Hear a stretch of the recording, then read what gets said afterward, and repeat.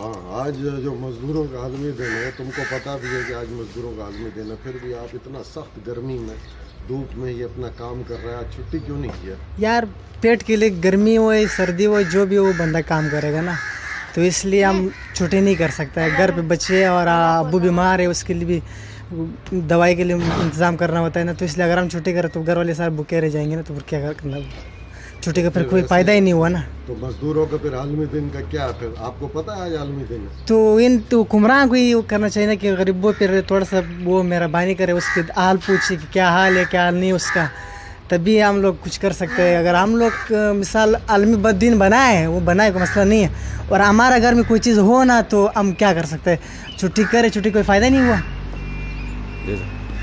अस्सलाम वालेकुम भाई। हाँ, आपने भी आज छुट्टी नहीं किया, आप तो रोज बस- आता है, आज भी आया। बस क्या करे, परेशान है बहुत भाई, गुर्बत है, बस हम लोग काम करने के लिए आया हुआ है, बस काम करेंगे तो कुछ पेट में जाएगा, वरना तो हम लोग ऐसे भूखे रह जाएंगे। तो बाकी आप सारा देख के आ रहा है, दूसरा जो मजदूर लोग हैं उन्होंने छुट्टी किया है? जी बहुत लोगों ने छुट्टी की है, कोई बंदे ने छुट्टी नहीं की है, बस वरना तो सारे लोग काम पे आए हुए हैं, इधर सारे काम कर रहे हैं भाई, बहुत गुर्बत है, बस परेशान है लोग आवाम।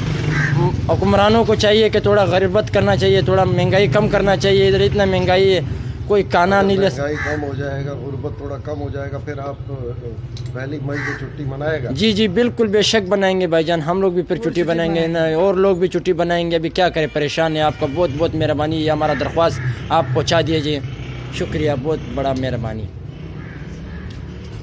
तो ये आलमी दिन है और मज़दूर सारे लगे हुए हैं, बेचारे काम पे जा रहे हैं, लेकिन इनको तो अपना ख़र्चा गुजारा नहीं हो रहा। इनका कहना है कि हमारे तो मसाइल ही हल नहीं हो रहे, जब हो जाएंगे फिर हम सोचेंगे जी कैसे छुट्टी करनी है।